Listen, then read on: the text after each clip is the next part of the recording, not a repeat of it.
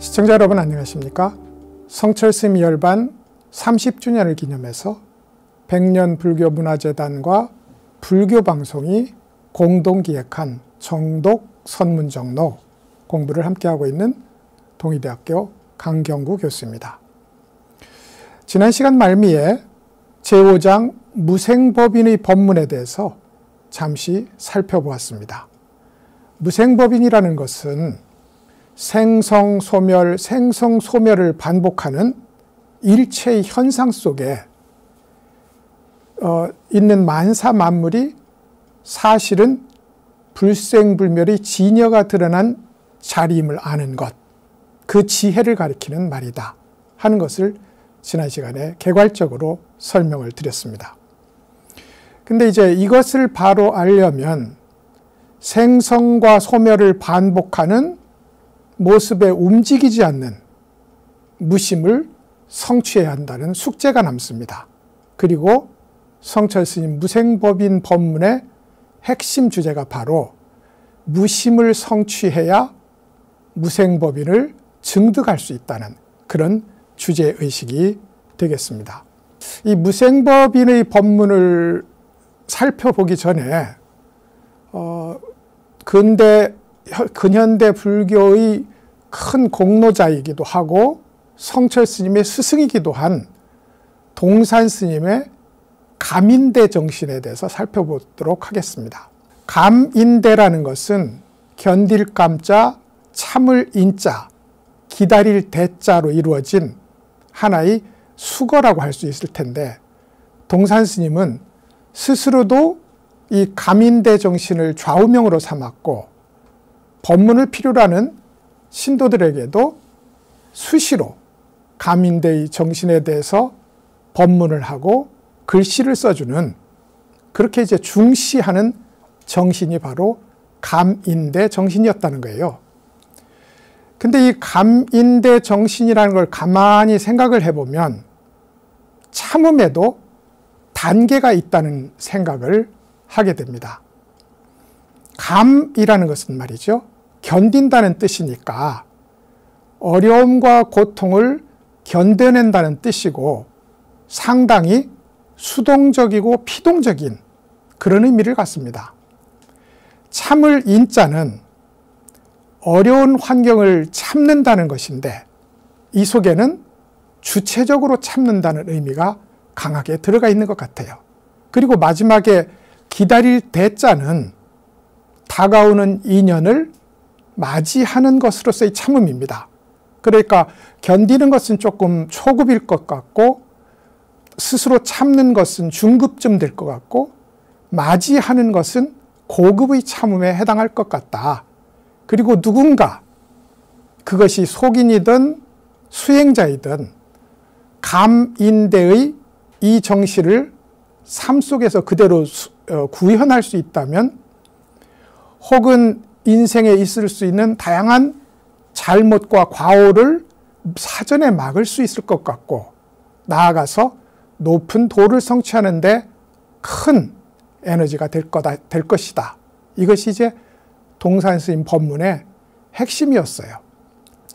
근데 그렇게 생각하고 나서 다시 우리의 오늘 주제인 무생법인의 주제로 돌아와서 생각해 보니, 무생법인이라는 불교의 참음에도 세 가지 단계의 참음이 있는 것 같다. 첫째로는 타인이 나를 향해서 해로운 일을 할 때 그것을 참고 화를 내지 않는 것, 그것은 아마 견디는 일 쪽에 속할 겁니다. 실제로 이것보다 이제 조금 더 중급의 참음이 있다면 그거는 어려운 환경, 여의치 않는 환경을 그대로 견디는 것이 중급 정도의 참음이 될 것 같고, 생멸의 현장이 곧 불생불멸의 진여가 드러난 자리라서 모든 것이 오케이고 모든 것이 환영하고 모든 것을 수용하고 심지어 그것에 하나로 통일되는 길을 걷는다면 이것은 고급의 참음일 것이다. 불교적 교리로도 보면 초급의 타인에게 화를 내지 않고 원망하지 않는 참음을 가리켜서 내원해인, 해로움에 대해서 원망하지 않는 참음이라고 불렀고요. 환경의 어려움을 참는 걸 수고로움에 편안한다는 뜻에서 안수고인이라고 불렀습니다. 그리고 고급의 참음에 해당하는 나에게 인연으로 오는 모든 것이 부처님이 나를 찾아온 현장이다 하는 이 자리를 확인하는 이 참음을 무생법인이라고 불렀다. 그러니까 초급, 중급, 고급의 참음의 단계가 무생법인에도 성립하겠다 하는 생각을 해봅니다. 왜 이런 말씀을 드리는고 하니 실제로 무생법인이 수행의 각 단계마다 이 시기에 무생법인이 이루어진다고 규정하는 소위 지위의 이 지정이 각 교설마다 달라요. 혹은 보살 초지에서 무생법인을 성취한다 보는 관점도 있고, 혹은 보살 7지, 보살 8지, 그리고 보살 10지, 불지에 가서야 비로소 무생법인을 성취할 수 있다는 다양한 무생법인이 존재한다는 거예요. 그래서 가만히 생각해 보니 보살 초지쯤에 되는 것은 아마 초등학교 입학하는 수준으로 이야기를 해도 될 것 같고, 보살 7지의 무생법인을 증득한다는 것은 졸업을 할 때를 가리킨다고 비유를 해도 될 것 같고, 그 이외에 8지, 9지, 10지로 올라가는 것은 중학교, 고등학교, 대학교로 이야기해 볼 것 같고, 부처님의 자리에 올라서야 비로소 무생법인을 성취한다는 이 궁극의 무생법인을 드디어 모든 능력을 갖추고 사회에 공헌할 능력과 태도를 가지고 사회에 진출하는 일을 가리키는 것이라고 봐도 무방할 것 같습니다. 그러니까 요컨대 도달하는 입장에서 보면 다 그만큼의 진리와 합치되는 수준이 제시되기 때문에 무생법인이라고 불러도 될 것 같고, 그렇지만 궁극의 자리에서 보면 그 어느 것도 완전한 자리가 아니므로 다시 말하자면 무생법인이라고 할 수 없다는 주장도 제시될 수 있을 것 같습니다. 성철스님은 당연히 궁극의 무생법인, 부처님 자리의 무생법인이 아니면 진정한 무생법인이라고 할 수 없다는 것이 성철스님의 기본적인 주장이라는 점을 미리 짚어두고 이 법문을 살펴보도록 하겠습니다. 전체적으로 무생법인의 기본 내용은 4가지 정도로 정리될 수 있을 것 같아요. 첫째로는 궁극의 깨달음, 이걸 이제 불교로는 무상정각이라고 부르잖아요. 바로 앞장의 얘기였고요. 무상정각의 내용이 곧 무생법인이다. 그러니까 무상정각을 이룬 사람이 부처님이라면 무생법인을 증득한 사람 역시 성인이고 부처님이라는 그런 입장이 되겠습니다. 두 번째로는 열의 청정선이 곧 무생법인을 증득하는 일이라 하는 주제의식입니다. 그러니까 열의 청정선이라는 것은 다양한 선에 대한 분류가 있습니다. 근데 그 중에 최고의 선, 다시 말해서 최상승선이라고 부르는 이 최고의 선이 열의 청정선이라고 부를 수 있는데, 이것이 곧 무생법인을 내용으로 한다는 그런 내용이 되겠습니다. 그 다음에 이제 열의 선과 조사선에 우열이 없다는 내용이 무생법인 법문에 굉장히 중요한 내용으로 부각되어 있습니다. 열의 선은 말할 것도 없이 석가모니 열애가 수행을 통해서 성취한 궁극적 깨달음에 이르기까지의 과정과 결과, 이게 열애선이라고 할 수 있을 것 같고, 조사선은 달마로부터 시작된 중국의 수행 시스템에서 처음에 도의 마음을 두어서 궁극의 견성에 이르기까지의 과정과 결과를 가리키는 말을 조사선이라고 부를 수 있을 것 같습니다. 그런데 중국에는 자기들이 주로 실천하고 사회적 영향력을 미치게 된 이 조사선을 어느 일정 시기가 되면 부처님이 실천했다는 열애선의 위에 두는 그런 주장들이 나오게 됩니다. 근데 이제 성철 스님은 어디까지나 석가모니 열애가 성취한 길이 곧 조사 스님들이 걷고 성취한 길과 조금도 다름이 없다. 그러므로 열애선과 조사선은 동일하다 하는 주장이 이 무생법인의 법문의 주제를 이루고 있습니다. 그리고 이제 네 번째로 완전한 무심이라야 무생법인이라고 할 수 있다. 중간 단계에 말하자면 이제 익숙해지셨겠습니다만 제8 아레아식의 세 가지 미세가 남아있는 상태, 이 상태에서는 무생법인이라고 할 수 없다. 진정한 무생법인은 십지를 지나서 부처의 자리에 도달할 때 성취되는 것이다 하는 주제의식이 이 무생법인 법문의 네 번째 주제로 제시되어 있다고 확인할 수 있습니다. 성철 스님은 모든 경우가 그렇습니다만 과정 중에 나타나는 어떤 경계에 대해서 특별한 의미를 부여하는 것을 극력 배제하는 그런 입장에 있습니다. 무생법인과 관련해서도 앞에 말씀드린 것처럼 초지의 무생법인을 성취한다, 7지, 8지, 9지, 10지에 무생법인을 성취한다 하는 모든 주장들을 가리켜서 여러 논설이 많지만 진정한 무생법인은 오직 불지뿐이다 하는 것을 이제 주장하는 입장에 있습니다. 금을 재련한다면 100% 순금이 될 때까지 그 찌꺼기를 모두 걸러내는 일. 그래서 이제 그야말로 100%의 순금이 될 때 금 재련이 끝났다고 할 수 있고, 수행에 있어서도 역시 최후의 마지막 유심의 찌꺼기까지 내려놔야 진여의 순금이 완전하게 드러난다는 그런 주장의 일환이 되겠습니다. 이와 관련해서 이제 성철 스님이 인용한 마조 어록의 내용을 살펴보면서 이야기를 계속해 가겠습니다. 218페이지가 될 것 같고요. 문장은 짧게 인용해 보겠습니다. 성문은 성스러운 마음을 몰라 공의 선정에 머문다.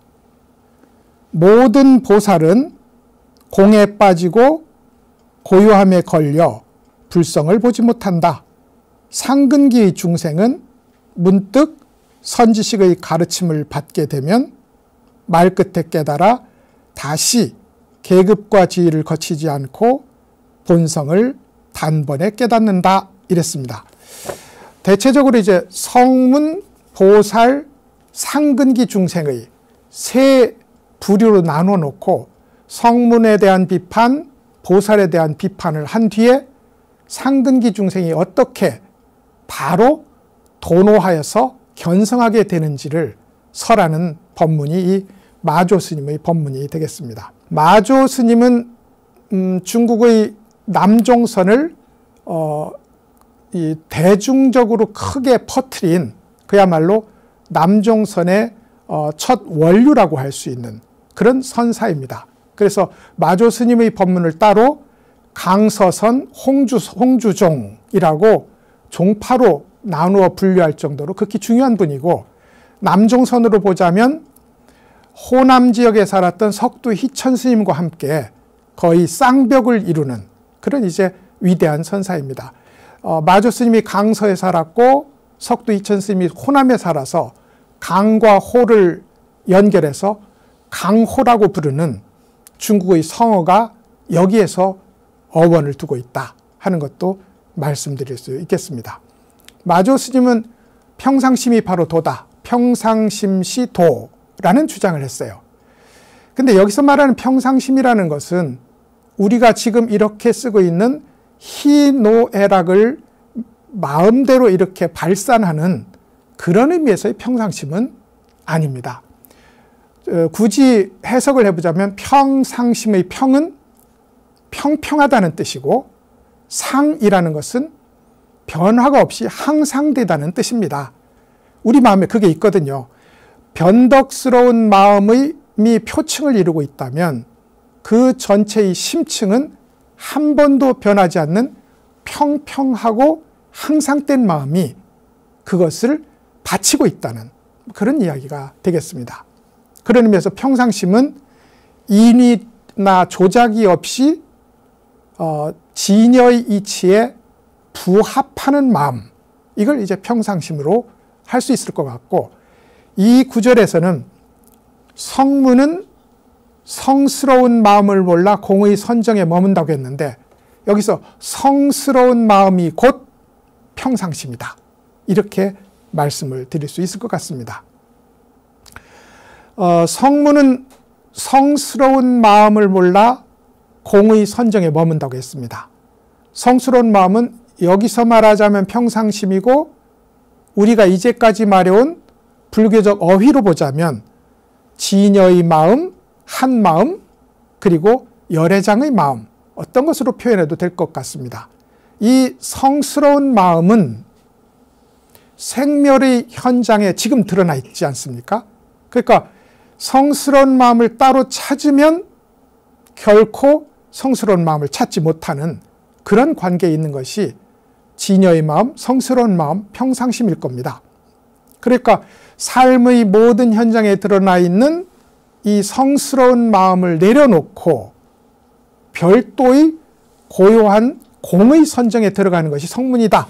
이것이 마조 스님의 평가였습니다. 그러니까 지금의 이 시끌벅적한 이 삶, 이 현장에 바로 불생불멸의 진여가 드러나 있다.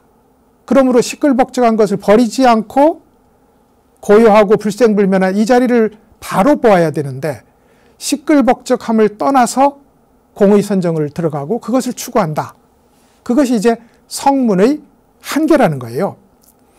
그래서 이제 이걸 성스러운 마음을 몰라, 그러니까 시끌벅적한 이 현장이 곧 성스러운 마음이 드러난 자리임을 몰라, 이런 뜻입니다. 공의 선정에 들어간다. 조용하고 아무것도 일어나지 않는 공의 선정을 추구하고 거기에 머물게 된다는 그런 뜻이 됩니다. 목욕한 아이가 있어요. 근데 이 목욕한 아이를 바르게 이렇게 다루는 방법은, 목욕을 해서 더러워진 물은 잘 버리고 말끔하게 씻겨진 아이는 그대로 남겨둬야 됩니다.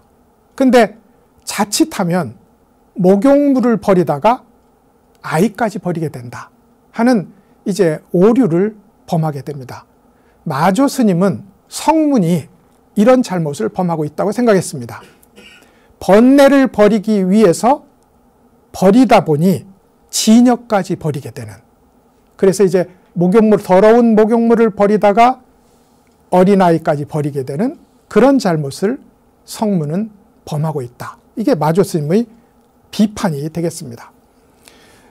그렇다면 이제 성문은 실제로 마조 스님이 이렇게 이야기한 공에 대한 집착, 이런 것이 있다고 주로 이제 대승선에서는 규정을 하게 됩니다. 근데 그렇게 하다 보니 공을 유지하고 현실과의 접촉을, 혹은 현실로부터의 흔들림을 최소화하다 보니 설사 이 수행이 성공을 한다 해도 시간이 너무 많이 걸린다는 거예요. 그래서 성문 사과로 보았을 때 최초의 성인의 지위에 들어간 수다원의 지위에서 보면 8만 겁, 사담의 지위에서 보면 6만 겁, 그리고 아람의 지위에서 보면 2만 겁, 4만 겁, 아라한의 지위에서 보면 2만 급의 장구한 세월을 거쳐야 비로소 불성을 볼 수 있는 자리에 도달을 하게 된다는 겁니다. 그런 의미에서 대승선에서는 성문의 선이 잘못 가고 있거니와 설사 목적지에 도달한다 해도 너무 시간이 많이 걸린다. 왜? 지금 이 현장, 진여가 드러난 현장을 떠나서 고요한 공의 자리에 머물기 때문에, 이것이 이제 성문에 대한 비판이 됩니다. 그러다 보니 이제 소위 중국의 선종에서는 여러 장면에서 성문의 아라한을 희화하고 비판하는 그런 장면들이 많이 나오게 됩니다. 이제 마조 스님의 손자 상자쯤 되는 황벽 스님도 이런 예가 있었어요. 황벽 스님이 천태산에 이제 이 참례를 하러 갔어요. 성지순례를 하러 갔다 이 말이죠. 그런데 도중에 한 스님을 만나게 됩니다. 그리고 그 스님과 동행을 해요. 근데 마침 길 앞에 큰 비로 불어난 계곡물을 만나게 됩니다. 황벽 스님이 지팡이로 짚어보니 도저히 건널 수 없는 길인데 이 스님이 깊고 거센 이 계곡물을 건너서 평지 건너듯이 건너서 저쪽 언덕에 도달해서는 손짓을 하면서 어서 건너와라, 어서 건너와라 이렇게 이야기했다는 거죠. 그러자 황벽 스님이 이렇게 비판합니다. 자기 자신만 구하는 놈 같으니라고. 내가 미리 그런 줄 알았더라면 다리몽댕이를 부러뜨려 놓을 걸 이라고 이야기했다는 거예요. 그러니까 성문은 혼자 공의 선정에 들어가서 혼자 스스로 고요한 해탈을 체험한다는 의미에서 대승선에서는 극력 비판에 맞지 않는 그런 이제 수행 길이 되겠습니다. 그렇다면 보살은 어떤가? 성문의 대안으로 보살이 제시된 것이니까 옳은 길이 아닐까? 이겁니다. 그런데 마조스님은 여기에서 이렇게 얘기합니다. 모든 보살은 공에 빠지고 고요함의 정체에서 불성을 보지 못한다. 모든 보살은 불성을 보지 못한다는 거예요. 여기서 마조스님이 이야기하는 모든 보살은 아직 궁극의 자리에 도달하지 못한 지위에 있는 보살입니다. 이걸 이제 한문으로는 지상보살이라고 불러요. 그러니까 그것이 초지가 됐던 칠지가 됐던 불태전의 자리에 오르는 제8지가 되었던 어떤 과정이든 과정 중에 있는 보살은 이 말입니다. 공에 빠지고 고요함의 정체에서 불성을 못 본다. 특히나 팔지보살은 제8아레아식의 선정에 머뭅니다. 왜냐하면 이 제8아레아식이라는 이 차원은 표면적 갈등과 분별이 모두 사라진 자리에서 어떠한 분별로 인한 파도나 번뇌의 작용이 없게 돼요. 그러니까 이게 성불이 아닌가 하고 이 고요한 자리에 쉼터 삼아서 빠지게 되는데 거기서 한번 빠지면 솟아나지 헤어나지 못하게 된다는 겁니다. 그래서 이제 선문에서는 흔히 이 제8아레아식 차원의 선정, 이걸 멸진정이라고 불러요. 제8아레아식 차원의 멸진정에 빠지면 마치 마개에 빠진 것과 동일하다. 캄캄한 흑암굴에 빠진 것과 동일하다. 이렇게 표현을 해요. 제가 비유하자면 겨울잠을 자는 곰과 같다고 비유할 수 있을 것 같습니다. 겨울잠을 자면서 곰은 자족적으로 자기 손바닥을 핥으면서 바깥에 눈이 오는지 바람이 부는지 낙엽이 떨어지는지 어떤 것도 상관하지 않고 그 고요함에 머물게 된다는 겁니다. 외계에서 일어나는 어떤 것에 지각이 없는 이 상태에서는 지혜가 일어날 수 없다. 그런 의미에서 모든 보살은 공에 빠지고 고요함의 정체에서 불성을 보지 못한다는 마조스님의 비판이 일어나게 됩니다. 근데 이제 상근기 중생은 선지식의 가르침을 받아서 계급과 지위에 떨어지지 않고 도노 견성한다는 거예요. 이것이 이제 마조 스님의 상근기 찬양입니다. 도대체 성문이나 지위상에 있는 보살도 이루지 못하는 걸 수행의 초입에 있는 상근기 중생이 바로 부처자리에 들어갈 수 있다는 파격적인 그런 이제 구분이 되겠습니다. 여기서 말하는 상근기라는 것은 대승의 가르침, 그러니까 도노 성불하는 이 가르침을 듣고 남김없이 수용하고 실천하는 자질을 가진 사람을 가리킵니다. 그러니까 경전마다 상근기는 다 자기 경전의 주제를 혹은 가르침을 그대로 수용하는 사람이라는 의미를 갖게 됩니다. 상근기라 해도 교파마다 경전마다 의미 규정이 다르다는 거예요. 당연히 성철 스님은 중간에 멈추지 않고 궁극의 자리에 도달할 때까지 끝없는 노력, 간절한 공부를 통해서 마지막의 꼬린 지점에 이르는 사람을 가리킨다. 그러면 마조 스님은 이게 이제 무생법인을 설하는 장이다 보니 말이죠.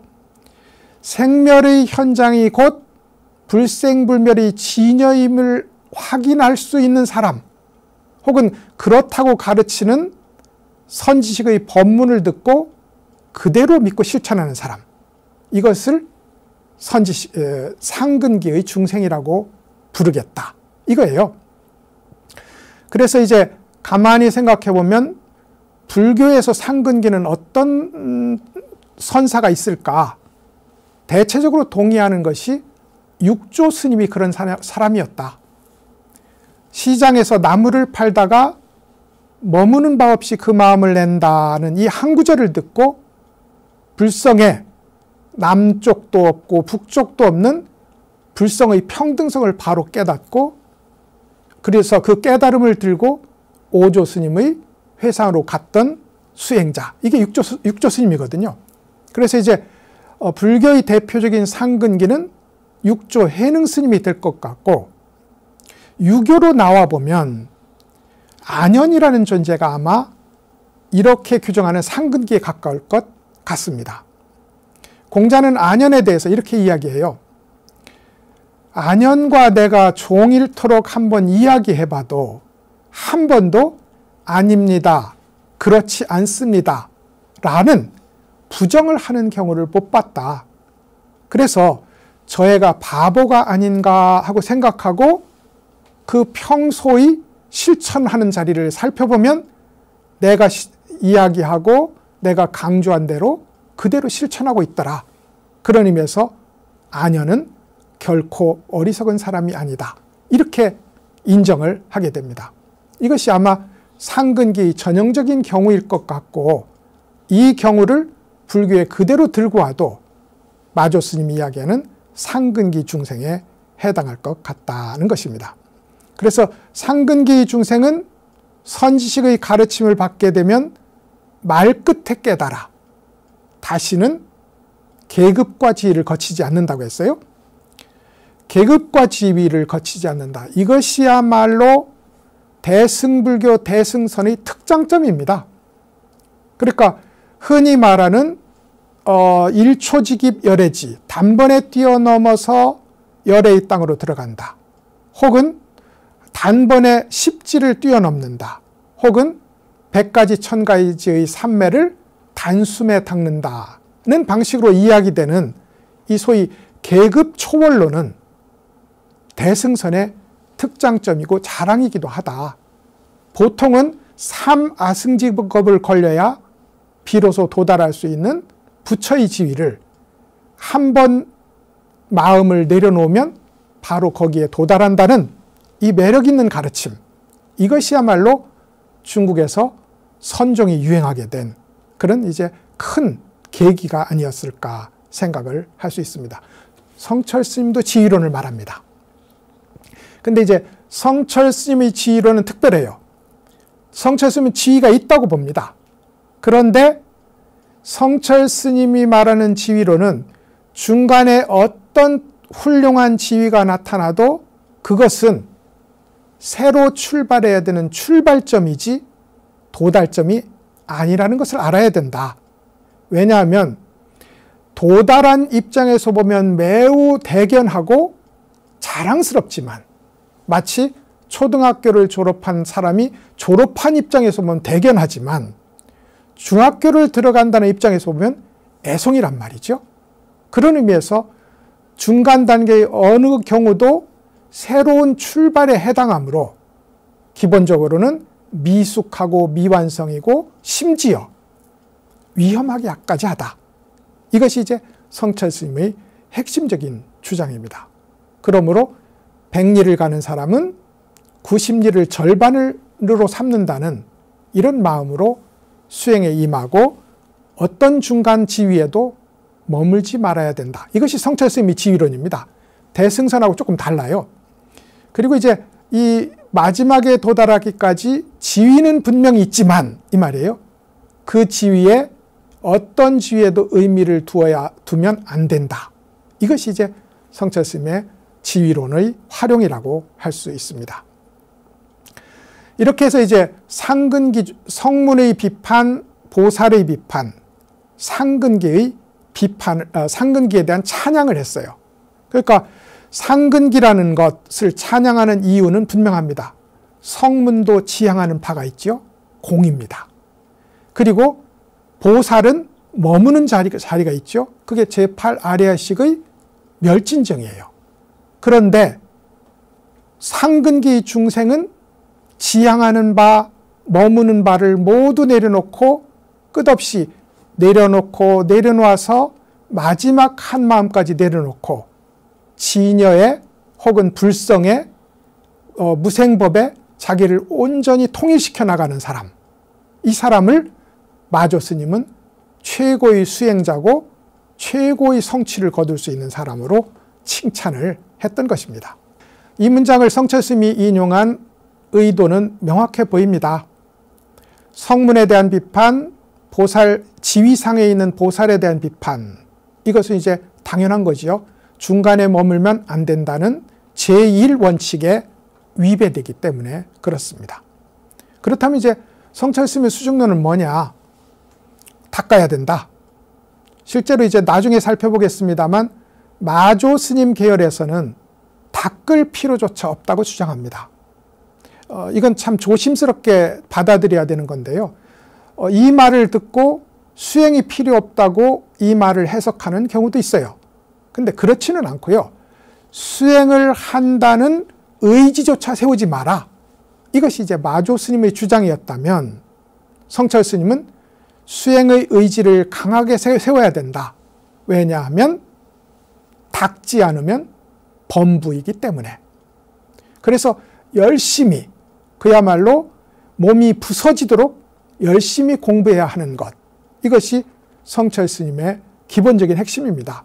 그렇지만 따로 성취할 것이 있는 것은 아니라는 점은 분명히 알아야 된다고 거듭 강조합니다. 왜냐하면 우리는 이미 불생불멸의 진여자성, 이 무생법의 스스로 내면에 갖고 살고 있기 때문에 그렇다는 겁니다.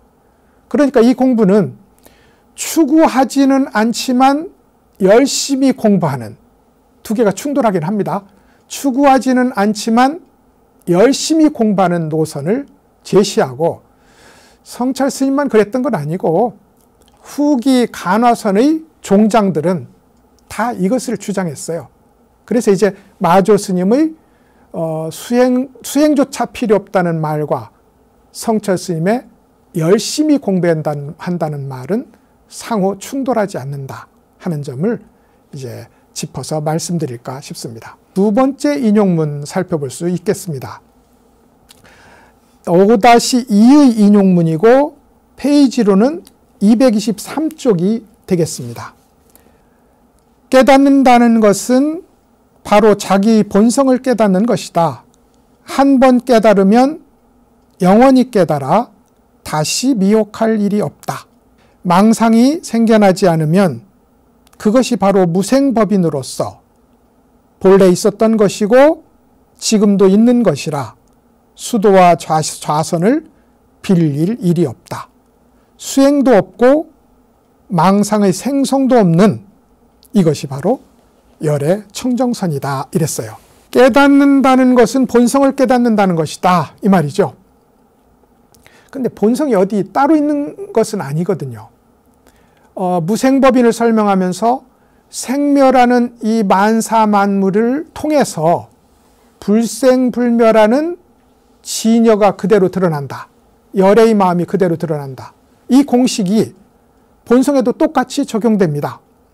그러니까 우주법계의 만사만물이 다양하게 변화를 갖지만 그것은 하나의 불성이라는 본성을 공유하고 있다.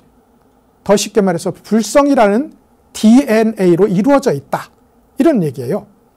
그래서 비유를 하자면 대지는 산과 언덕과 구름과 평지로 드러납니다. 그러니까 산과 언덕과 구름과 평지를 내려놓고 대지를 따로 찾을 길이 없어요.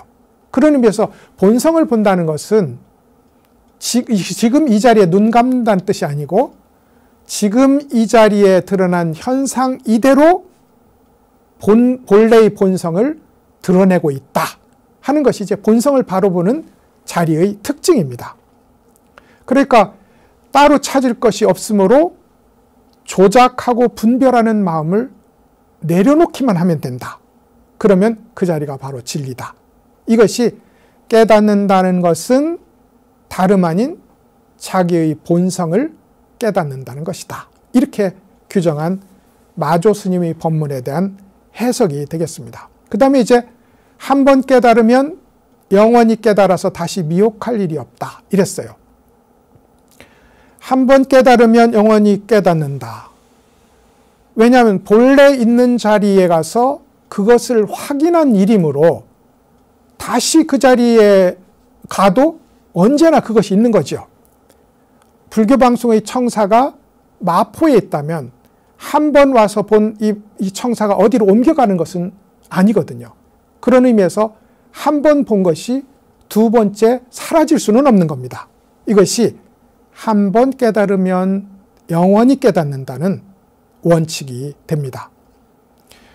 그러니까 마조 스님의 이 말은 본래 갖추었다는 이 점을 강조하기 위해서 한 번 깨달으면 영원히 깨달아 다시 미혹할 일이 없다고 이야기한 겁니다. 성철스님은 여기에 해석을 확대합니다.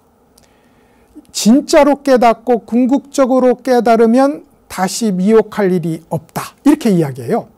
그러니까 성철스님은 결과로서의 깨달음이 완전하다면 그것이 다시 손상되거나 훼손될 일이 없다는 것으로 마조 스님의 이 말을 확대 해석하는 입장에 있습니다. 그 다음에 이제 망상이 생겨나지 않으면 그것이 무생법인이라고 했어요. 본래 우리가 갖추고 있는 것이 무생법인의 지혜입니다. 이것을 본래 부처, 부처의 지혜, 열애의 마음이라고 불러요. 그런데 본래 갖추고 있는 무생법인의 지혜가 무엇 때문에 드러나지 않아요? 그게 뭐냐면 분별하고 가리는, 선택하는 이 분별 망상 때문이다. 그러므로 분별 망상만 내려놓으면 무생법인이 저절로 드러나므로 수행도 필요 없고 좌선도 필요 없다. 이것이 이제 마조 스님의 얘기예요. 아까도 말씀드린 것처럼 흔히 수행할 필요가 없다는 수행 무용론으로 해석될 수 있는 그런 구절입니다. 그런데 이제 마조 스님의 의도는 수행한다, 부처를 구한다, 좌선을 한다 하는 이 의지작용 자체가 사실은 알고 보면 번뇌 망상에 속한다는 겁니다. 그러므로 이것까지 내려놓아야 본래 갖춘 무생법인의 지혜가 드러난다. 이런 뜻으로 이 말을 한 거거든요.